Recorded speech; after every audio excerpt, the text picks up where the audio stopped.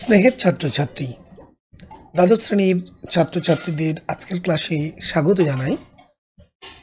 Lesson 9-এ আমরা জানব ধাতুর সঙ্গে কিভাবে নাইট্রোজেন বা ফসফরাস অর্থাৎ গ্রুপ 15 এলিমেন্টস কিভাবে বিক্রিয়া করে।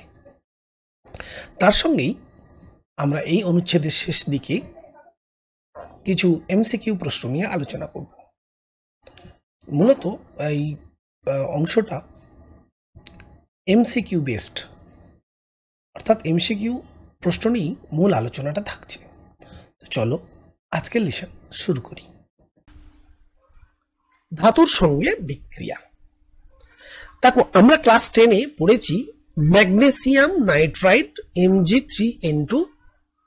যখন বাতাসে ধাতব ম্যাগনেসিয়াম ফিতাকে পোড়ানো হয়, সিম্পলি নাইট্রোজেনের সঙ্গে উচ্চ উষ্ণতায় বিক্রিয়া করে Mg3N2। Here it is. একইভাবে ক্যালসিয়ামের সঙ্গেও বিক্রিয়া করে তৈরি করতে পারে ফসফরাস, কিন্তু Ca3P2।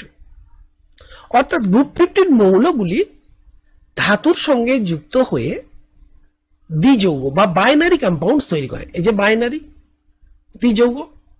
এবং লক্ষ্য করো, নাইট্রোজেনের এখানে জারণ সংখ্যা কিন্তু অবভিয়াসলি ম্যাগনেসিয়াম দ্বিযোজী, জারণ সংখ্যা +2, তাহলে হিসাবে +6। কত দিলে 0? -6। তাহলে দুটি নাইট্রোজেনের জন্য হিসাবে হচ্ছে -6, তাহলে একটি নাইট্রোজেনের জন্য -3। একইভাবে পি এর ক্ষেত্রেও -3। অর্থাৎ গ্রুপ 15 মৌলগুলো এই যৌগে দেখো সবচেয়ে নিম্নতম জারণ অবস্থায় উপস্থিত হচ্ছে। আমরা নাইট্রোজেনের ক্ষেত্রে সর্বোচ্চ জারণ সংখ্যা +5 বা ফসফরাসের ক্ষেত্রে দেখেছি, কিন্তু সর্বনিম্ন কত না, এখানে -3 দেখলাম। ফসফরাসের ক্ষেত্রেও তাই।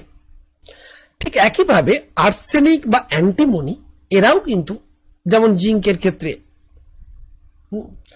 জিঙ্ক অ্যান্টিমোনাইট তৈরি হয় Zn3sp2। আবার বিসমাথ ম্যাগনেসিয়ামের সঙ্গে বিক্রিয়া করে Mg3Bi2 ম্যাগনেসিয়াম বিসমুথাইট যৌগ গঠন করে। তাহলে আমরা দেখলাম বিসমাথেরও কিন্তু -3 জারণ সংখ্যা বিশেষভাবে গঠন সম্ভব। তো এখানে জারণ সংখ্যা দিয়ে আমরা বেশ কতগুলি বাইনারি কম্পাউন্ডের আসলে গ্রুপ 15 মৌলের সঙ্গে বিক্রিয়ায় কিভাবে তা গঠন সম্ভব তা দেখালাম। এখন আমরা পরিচ্ছেদ সংক্রান্ত কিছু প্রশ্নোত্তর 2-3 এরপরেই আছে, দেখো 2-3 পরিচ্ছেদ এর কিছু প্রশ্নোত্তর নিয়ে আলোচনা শুরু করব। পরিচ্ছেদ 2-3 সংক্রান্ত কোশ্চেন নম্বর 1-এ দেখো, প্রথমে বলা হচ্ছে নিচের কোন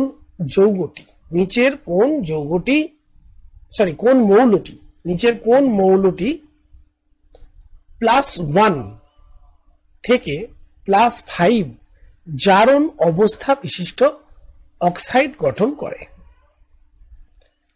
তো অপশনস গুলো দেখো, নাইট্রোজেন, ফসফরাস, আর্সেনিক, অ্যান্টিমনি।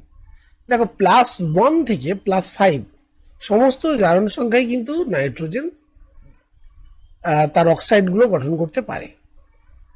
সুতরাং এখানে আমরা যদি উল্লেখ করি, দেখো N2O, এখানে দেখো জারণ সংখ্যা অবস্থা +1, আবার N2O5, এখানে দেখো জারণ অবস্থা +5। তাহলে নাইট্রোজেন এই আনসারটা কিন্তু হতে পারে। নেক্সট আমরা বলবো যে দেখো, ফসফরাস বা আর্সেনিক এই সমস্ত যৌগের ক্ষেত্রে নর্মালি +3 এবং +5 এই জারণ অবস্থাটা আমরা বেশি দেখি। +1 জারণ অবস্থা খুব একটা স্টেবল কম্পাউন্ড ফসফরাস বা আর্সেনিক এই কম্পাউন্ডগুলো, এই এলিমেন্টগুলো দেয় না। সুতরাং আমরা এক্ষেত্রে সঠিক অপশন বলে নাইট্রোজেনকে আইডেন্টিফাই করব। Next question number 13। এখানে বলা আছে দেখো, বাষ্পীভবন এনথালপির সঠিক ক্রম। তোমরা যদি নাইট্রোজেনের কথা ভাবো, নাইট্রোজেনের দেখো স্ট্রাকচারটা এই যৌগে, অ্যামোনিয়া যৌগে আমরা জানি sp3।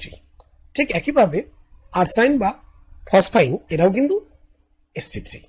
এবার খেয়াল করতে হবে যে এই NH বন্ডটা আসলে sp3 হাইড্রোজেনের জন্য 1s, এই বন্ডিং। এখন এই বন্ডিং যত আকার ছোট হবে, পরমাণুর আকার যত ছোট হবে, নাইট্রোজেনের সাথে হাইড্রোজেনের যে বন্ড, যে স্ট্রেংথ অবভিয়াসলি বড় হবে। অর্থাৎ অ্যামোনিয়ার ক্ষেত্রে আমরা বলতে পারি যে NH যে বন্ড এনথালপি সেটা অবভিয়াসলি বেশি। তো এখানে বন্ড এনথালপি চাইনি, এখানে প্রশ্নটা বাষ্পীভবন এনথালপি। দেখো PCl5 অ্যাকচুয়ালি এর আদ্র বিশ্লেষণ হলে তৈরি হচ্ছে H3PO4। একইভাবে NCl3 এর আদ্র বিশ্লেষণে তৈরি হচ্ছে কি NH3 এবং HOCl। এই NH3 জলে দ্রাব্য, HOCl এরা জলে দ্রাব্য। একইভাবে আর্সেনিক ক্লোরাইড এরও তড়িৎ বিশ্লেষণে তৈরি হবে কি H3ASO4, just like PCl3, H3ASO3 sorry. তাহলে H3ASO3 যেমন H3PO3 তৈরি করে PCl3 এর সঙ্গে, ঠিক তেমন। তাহলে রইল বাকি BiCl3। BiCl3 আমরা জানি Bi এর এখানে জারণ অবস্থা +3। এটা যথেষ্ট সুস্থিত জারণ অবস্থা। কাজে এখানে যখনই আমরা এই BiCl3 তে অ্যাকচুয়ালি ওয়াটার দেব তো তৈরি হবে কি না স্যার BiOCl, বিসমাথ ট্রাইক্লোরাইড এর আদ্র বিশ্লেষণে তৈরি হচ্ছে বিসমাথ অক্সিক্লোরাইড এবং এটা জলে অদ্রাব্য, ফলে সাদা পদক্ষেপ উৎপন্ন হয়। ক্লিয়ার? সো এইটা হচ্ছে আনসার এখানে। ক্লিয়ার? এবং তার জন্য আমি দেখো তোমাদের সাপোর্টিভ আনসার এর পুরো ফর্মটা করে দিয়েছি। এখানটা তোমরা একটুখানি জাস্ট করে নেবে, লিখে নেবে। ইন সাপোর্ট আনসারগুলো কিন্তু দেখো প্রত্যেকটা আমি দিয়ে দিয়েছি। PCl5 কি করে, NCl3, ASCl3 এবং BiCl3 সাদা পদক্ষেপ দেয়। নেক্সট, তাহলে এটাকে পজ করে তোমরা এটা তুলে নাও।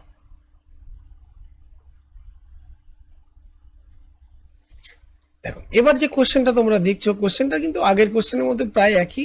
কোন হাইড্রাইড শক্তিশালী ক্ষারক, আগে ক্ষার ছিল, তো অবভিয়াসলি একই আনসার। এখানে NH3 আমরা ইলেকট্রন ডেন্সিটি দিয়ে ব্যাখ্যা করবো। আসলে maximum electron density of nitrogen in ammonia, due to this ammonia is a Lewis base, good Lewis base compared to others. Herefore, the next question 22, P4O10 and P4O6. তো এদের স্ট্রাকচারটা আমি তোমাদের দিয়ে দিয়েছি তোমাদের বোঝার সুবিধার জন্য। তো এখানে স্ট্রাকচারে তোমরা লক্ষ্য করছো যে POP এরকম কিছু ব্রিজ বন্ডস আছে। যেমন দেখো এই যে এখানটা POP, তারপরে এইখানে দেখো POP, এই যে ব্রিজ বন্ডস, ঠিক আছে। POP এই যে ব্রিজ বন্ডস, ঠিক আছে। এই ব্রিজ বন্ডসের বলছেন দাম সংখ্যা কত। তো যৌগ দুটোর আগে স্ট্রাকচারটা আমাদের কাজ হচ্ছে প্রথম করে নেওয়া। একটা দিয়েছে দেখো ফসফরাসের ট্রাইঅক্সাইডের ডাইমার P2O3, তার সেই ডাইমারটাকে করলে কি হচ্ছে P4O6 এটা। আর একটা P2O5, তার ডাইমার দেখো P4O10। যে বললাম চেয়ার লাইক স্ট্রাকচার। তো এখানে এবার তোমাদের কাজ হচ্ছে জাস্ট গুনে নেওয়া। তো এখানে POP দেখো, এখানে একটা POP, দুটো, তিনটে, চারটে, তারপরে দেখো পাঁচটা, আর এখানে একটা ছটা, তাহলে 6। একইভাবে এখানেও দেখো একটা, দুটো, তিনটে, চারটে, পাঁচটা, ছটা। So there is also 6. So total 6. This is the right answer. Next question, কোন পরীক্ষার সাহায্যে আর্সেনিককে চিনব? বলয় পরীক্ষা অবভিয়াসলি নয়। বলয় পরীক্ষায় আমরা নর্মালি HNO3 নাইট্রিক অ্যাসিডের টেস্ট করি বা NO3 আয়নের টেস্ট করি। লুকাস রিএজেন্ট অবভিয়াসলি এটাও না, কারণ এটা অ্যাকচুয়ালি অ্যালকোহল, কি ধরনের অ্যালকোহল সেটা প্রাইমারি, সেকেন্ডারি আর টার্সিয়ারি, সেটার জন্য। মার্স পরীক্ষা, লেক পরীক্ষা। লেক পরীক্ষাটা দেখো তোমাদের অজানা, অ্যালুমিনিয়াম 3+ এর টেস্ট অবভিয়াসলি পড়ে রইল মার্স এক্সাম। মার্স এক্সামটা কি না, জিঙ্ক এবং লঘু সালফিক অ্যাসিড।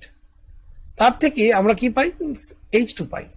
এই H2 সঙ্গে যদি আর্সেনিকের বিক্রিয়া হয় তৈরি হয় AsH3।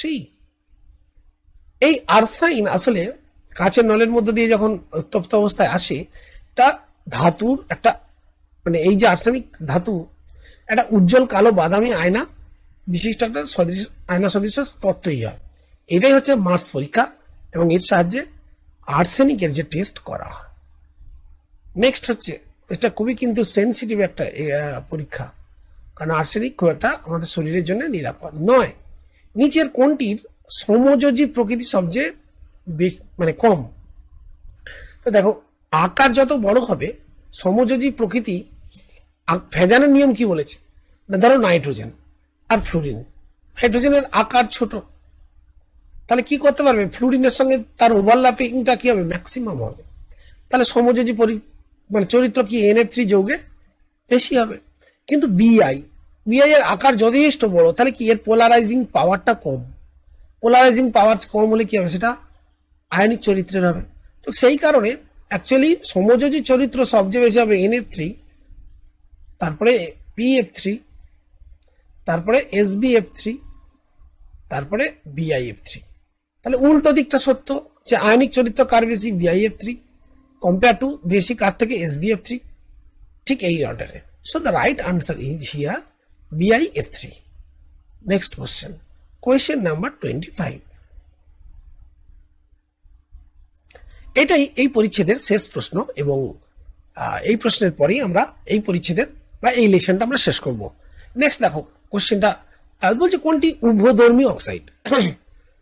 N2O3 ও P2O3 আম্লিক অক্সাইড নো। আর্সেনিক আর অ্যান্টিমনি আমরা জানি ধাতু গল্প, ধাতু আর ধাতু উভয় ধর্মই এদের আছে, কাজে এদের অক্সাইডই হবে উভধর্মী অক্সাইড। এবং সেটা সাপোর্টিং আমি দেখো আনসারটাও কিন্তু দিয়ে দিয়েছি। প্লিজ এটাকে এই করে তুলে নাও। প্লিজ তোমরা বন্ধু বান্ধবদের একটু শেয়ার করো। তোমরা লেসনটা দেখছো, আমি বুঝতে পারছি তোমরা লেসন দেখছো, তোমাদের ভালো লাগছে, বাট তোমরা একটু বন্ধুদের যদি শেয়ার করো তাহলে তারাও উপকৃত হবে। এটা কিন্তু মানে এটা কিন্তু শুধু নিজের এর জন্য নয়। আমি পশ্চিমবঙ্গের সমস্ত ছাত্রছাত্রী যারা আর্থিক কারণে অনেক বেশি খরচ করে টিউশন নিতে পারে না, শুধু তাদের জন্যই বিনা পয়সায়, অর্থাৎ কোনো খরচ নেই, জাস্ট নেটটুকু পড়ো, যেটা তোমাদের ভর্তি হচ্ছে, আর সেটুকুর মাধ্যমেই তোমরা বেশ কিছু আলোচনার সঙ্গে তোমরা অংশগ্রহণ করতে পারবে। এর জন্য কোনো পেড পয়সা লাগবে না। সুতরাং প্লিজ একটু বন্ধুদের শেয়ার করো, এইটুকুই আমার রিকোয়েস্ট।